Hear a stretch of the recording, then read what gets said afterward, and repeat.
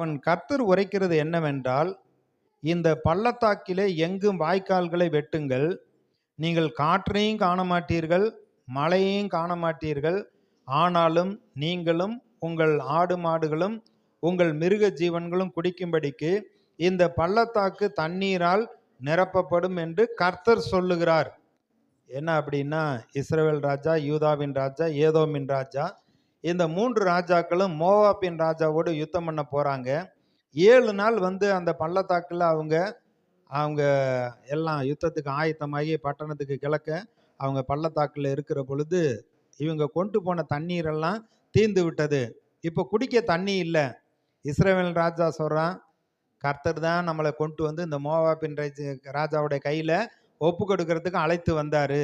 இப்போ நம்ம எல்லாரும் சாக போறோம். இல்லப்பா, கர்த்தர் நிச்சயமா நம்மளை காப்பாத்துவார்னு யோசபாத் ராஜா சொல்றாரு. ஆனா இஸ்ரவேல் ராஜா சொல்றான், இல்ல கர்த்தர் தான் கொண்டு வந்தாரு அப்படின்னு. சரி, கர்த்தரிடத்துல விசாரிக்கலாம் என்று எலிசா தீர்க்கதரிசிகிட்ட போய் விசாரிக்க போறப்ப கர்த்தர் வந்து இந்த 3 ராஜாக்களையும் மோவாபியருடைய கையில ஒப்பு கொடுக்கத்தான் கர்த்தர் கொண்டு வந்தாரு.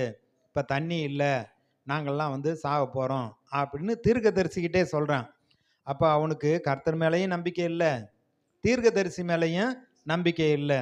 ஆனா அந்த தீர்க்கதரிசி என்ன சொல்றாரு, யோசபாத்தின் முகத்தை பார்க்காவிட்டால், 14வது வசனம், எலிசா, நான் யூதாவின் ராஜாவாகிய யோசபாத்தின் முகத்தை பாராதிருந்தால் நான் உம்மை நோக்கவும் மாட்டேன், உம்மை பார்க்கவும் மாட்டேன் என்று சேனைகளுடைய கர்த்தருக்கு முன்பாக நிற்கிற நான் அவருடைய ஜீவனை கொண்டு சொல்லுகிறேன் சொல்றாரு. இந்த யோசபாத்துக்காக நான் பார்க்குறேன் அப்படின்னு சொல்லிட்டு சுரமண்டலத்தை கொண்டு வந்து அங்கே வாசிக்கிற பொழுது கர்த்தருடைய கரம் அவன் மேல் இறங்கினது. அப்போ தீர்க்கதரிசி சொல்றாரு, கர்த்தர் உரைக்கிறது என்னவென்றால், இந்த பள்ளத்தாக்கிலே எங்கும் வாய்க்கால்களை வெட்டுங்கள். அதாவது கர்த்தர் ஒரு காரியத்தை செய்ய சொல்றோம். ஒன்றுமே இல்லைங்க, வீட்டில் ஒன்றுமே இல்லை, ஒன்றுமே இல்லை, ஒன்றுமே இல்லைன்னு சொல்கிறப்போ ஒன்றுமே இல்லாமல் போயிடும். ஆனால் கர்த்தர் என்ன சொல்கிறாரு, நீ ஏதாச்சும் அவர் சொல்கிறத கேட்டு செய்ய சொல்கிறார். என்ன சொல்கிறாரோ அதை செய்ய ஆரம்பிக்க வேண்டும். அவர்களை பொறுத்தவரையில் பள்ளத்தாக்கில் தான் இருக்காங்க. பள்ளத்தாக்கு எங்கே வந்து நீங்கள் வாய்க்காலை வெட்டுங்க.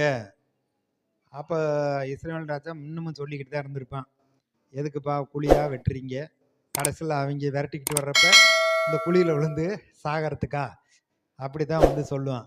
ஆனால் யூதா ராஜாவும் ஏதோமின் ராஜாவும் அவங்க ஆட்கள்லாம் எல்லாம் சேர்ந்து பள்ளத்தாக்கில் வாய்க்காலை வெட்டுகிறார்கள்.